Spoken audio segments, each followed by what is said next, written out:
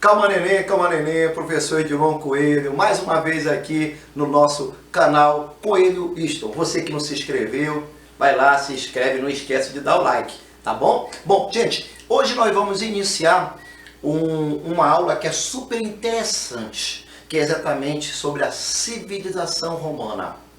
E começar desde já a entender, a compreender, gente, que a civilização romana, ela vai nos deixar um legado gigantesco. Gigantesco no que diz respeito às instituições políticas, no que diz respeito às questões culturais.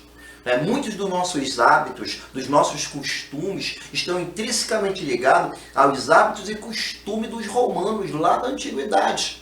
Nós vimos, nós entendemos e conseguimos hoje compreender que a tal da democracia que hoje é vivenciada, ela é um legado deixado de quem? Dos gregos. Assim como também os romanos deixaram legados que até hoje a gente consegue entender, compreender as relações que são estabelecidas dentro da nossa sociedade. Ou seja, nós não conseguimos entender o presente sem olhar o passado.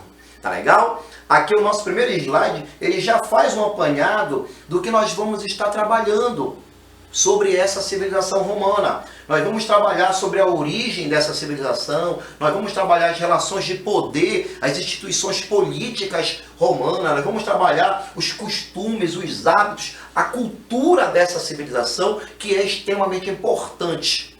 Estudar passo a passo, entender, compreender passo a passo essa civilização, que com certeza é fascinante, que eu sei que quando você assiste um filme que retrata, como o Gladiador, que retratou a civilização romana, te deixou com certeza fascinado. E hoje nós vamos entender um pouco melhor estudando com o tio Ed, tá legal? Te liga que a aula é sobre Roma Antiga. E pra gente começar, vamos entender aí, vamos saber aonde é que essa Roma Antiga se localizou, onde é que ela foi fixada, no continente que nós conhecemos hoje como Europa, tá ok? E que hoje a Roma, ela é exatamente a capital da Itália. Só que não é a Roma que nós conhecemos hoje, que a Roma da antiguidade, ela era um grande espaço territorial que dominou inúmeras outras civilizações, tá ok?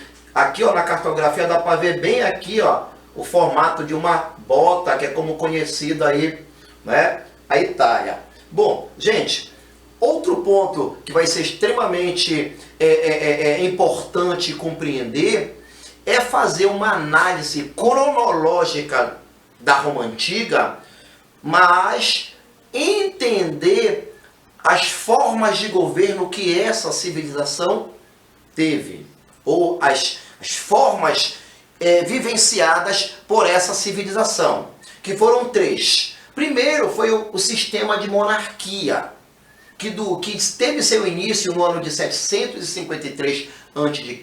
e foi até 509 a.C. A queda da monarquia acabou levando o surgimento de uma nova forma de poder, que foi a República Romana, uma república de caráter extremamente aristocrática, que teve seu início então em 509 e foi até o ano de 27 a.C. Tá legal? E quando essa república cai, quando ela tem o seu desfecho, se inicia uma nova forma política vivenciada pelos romanos, que é exatamente o período do Império. Tá ok? E nós vamos estudar passo a passo, cada período político vivenciado por essa civilização. O Império Romano, ele vai até o ano de 476, já depois de Cristo, que é quando, de forma compartimentada, aquela divisão que a história fez para poder compreender melhor a história da humanidade, é bem aqui nesse momento que termina então a chamada Idade Antiga e se inicia o que nós conhecemos como Idade Média. Tá legal? Então a gente tem muita coisa para estudar, realmente para ver, e vamos iniciar analisando aí a primeira fase, que é a fase da monarquia. Só que antes da gente entrar nessa discussão do sistema monárquico romano, é importante a gente entender a origem de Roma. Como é que Roma surge? Gente, existe aí duas visões que nos levam a entender, a compreender a origem da civilização romana. Uma é a ciência que se responsabiliza de explicar a origem de Roma, que é exatamente através de um processo de expansão territorial, tá ok? Aonde comunidades como latinos, sabinos, etruscos, toscanos se uniram e começaram a dominar, começaram a conquistar outras comunidades, outros povos, formando o que mais tarde foi a Grande Roma, tá ok? Já segundo Virgílio, na sua obra Eneida, ele conta que Roma surge através da briga dos dois irmãos aqui, Rômulo e Remo, tá ok? Aonde Rômulo e Remo, eles são na verdade herança de um processo lá de trás ainda. Lembro da história da famosa e lendária Guerra de Troia. Segundo Virgílio, fala que os romanos são descendentes dos troianos, que Roma, quando estava caindo, ou melhor, que Troia, melhor dizendo, Roma não, que Troia, quando estava pegando fogo, Paris pegou a sua espada, a espada que representava o poder de Troia, e entregou nas mãos do príncipe Enéas e disse a ele: vá e leve a espada de Troia, que enquanto um troiano estiver segurando a nossa espada, Troia viverá. E você vai ver exatamente o Enéas, ele mais um grupo de andarilhos foram para o lado da Península Itálica e ali na região do Lácio acabaram fundando uma pequena comunidade que mais tarde vai ser exatamente a cidade que nós conhecemos hoje como Roma. E durante aí essa disputa de poder, nós vamos ver um rei bondoso tendo aí dois filhos gêmeos, mas o irmão do rei acabou usurpando o poder, acabou tirando o irmão do trono, matou o irmão e mandou também sacrificar as duas crianças, mandou também dar um fim nas duas crianças, que é quando aparece aí na história a lendária loba, que acaba salvando as duas crianças, amamenta as duas crianças, que mais tarde elas vão ser criadas por um casal de camponês. E essas crianças crescem, ficam fortes, bonitas, lindas, parecidas comigo, inclusive, e ficam sabendo da sua história e vão até a cidade e acabam tirando o tio usurpador do poder. Só que os irmãos gêmeos, Rômulo e Remo, acabam entrando em um impasse, acabam brigando para ver quem seria o rei, e o Remo, nessa luta, acaba sendo derrotado, dando origem assim ao primeiro rei da cidade de Roma, cujo nome é Rômulo. Agora sim, gente, ou através da história mitológica, ou através da versão que a história nos apresenta, elas acabam entrando em consenso, dizendo as duas que o nome do primeiro rei de Roma foi Rômulo, tá ok? Isso é apenas aí um detalhe para a gente poder saber sobre a origem da cidade de Roma. Olha só, já que Rômulo se torna o primeiro rei, é exatamente esse momento que nós vamos iniciar, estudando a primeira fase política dessa civilização, que é o período de monarquia, que teve o início 753 a.C. e foi até 509. E durante esse período da monarquia,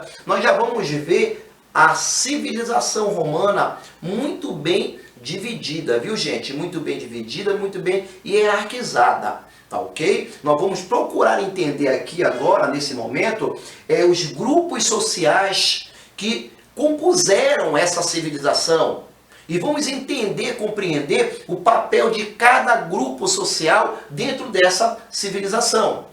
Aonde nós vamos começar abordando, falando sobre aqueles que foram descendentes direto dos fundadores da cidade, os chamados patrícios. Patrícios eram eles exatamente os grandes proprietários de terras.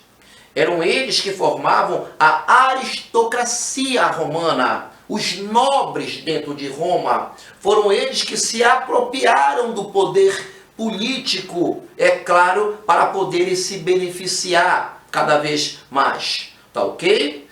Outro grupo social, que é um grupo social que vai estar até o fim da história de Roma, do início ao fim da história de Roma, sempre em luta contra os patrícios, é exatamente esse grupo aqui chamado de plebeus. Aí você vai me perguntar, Edilon, qual a origem dos plebeus? Os plebeus, gente, eles são descendentes também, distante de grupos que ajudaram a fundar a cidade de Roma, tá? Parentes distantes, por isso eram pobres, ou também indivíduos que foram incorporados, que as suas civilizações, os seus grupos foram incorporados pelos romanos, não foram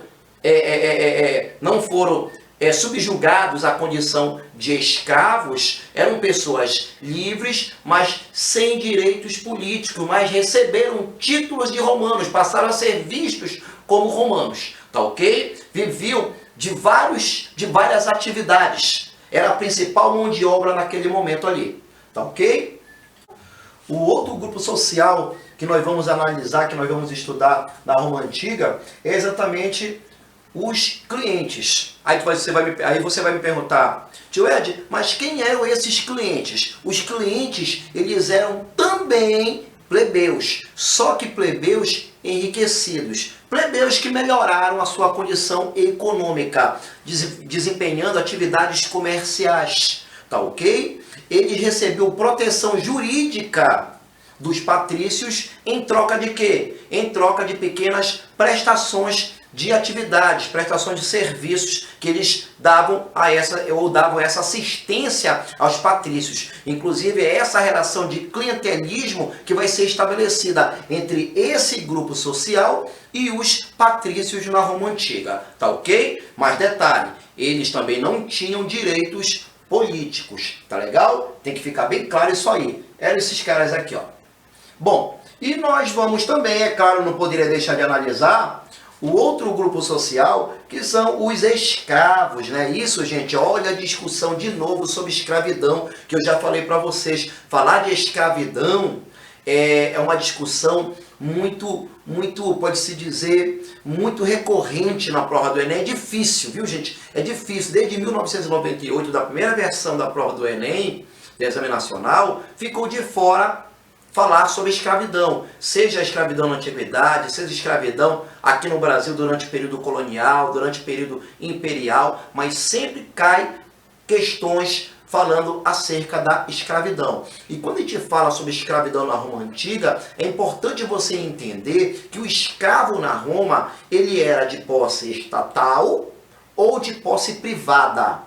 Que esse escravo, ele desempenhava várias atividades, que ele chegava a essa condição através da guerra, através da dívida, através do abandono, através do comércio, tá ok? Existiam então aí formas desse indivíduo chegar a essa condição. Eu digo que uma das principais características da escravidão é exatamente a falta de liberdade. É o fato do indivíduo pertencer a alguém, pertencer a outro, ou a pertencer a uma instituição. Esses dois pontos aí são primordiais para você poder entender e caracterizar exatamente a escravidão, tanto na Grécia Antiga como também aí na Roma Antiga, tá ok? O papel do escravo, ele vai ser extremamente importante na Roma, porque você vai ver que é ele que vai, durante, pode-se dizer, o maior período da história romana, durante a história de Roma, ele vai ser importantíssimo para o crescimento, para o desenvolvimento, porque é ele que vou usar, inclusive, as palavras do Boris Fausto, quando ele se refere aos escravos aqui no Brasil. Eu vou fazer uma analogia, né, usar as palavras do Boris Fausto para transferindo para cá, para Roma, que eles vão ser as mãos e os pés dos seus senhores na Roma Antiga. Tá legal? Ó, outro ponto que nós temos que analisar, opa, peraí, parou, por quê, Edilon? Porque apareceu o coelho aqui. e toda vez que aparece nos nossos slides o coelho, que é inclusive a marca do nosso canal, Coelho Easton, é sinal que tem uma observação importante para você. Olha só, calouro, você que está ligado, antenado para fazer a prova do Enem, te liga que quando se fala de relação de trabalho, geralmente nós queremos saber qual é a mão de obra predominante daquela civilização ou daquele período que nós estamos analisando. Quando se fala de relação de trabalho na Roma Antiga, inegavelmente a mão de obra predominante foi a escravidão. Mas toma cuidado com algumas particularidades, gente. Por quê, Edilon? Porque durante o período da monarquia, a mão de obra majoritária, a mão de obra predominante, não foi a mão de obra escrava, foi a mão de obra plebeia. Mas não já existia escravo? Já.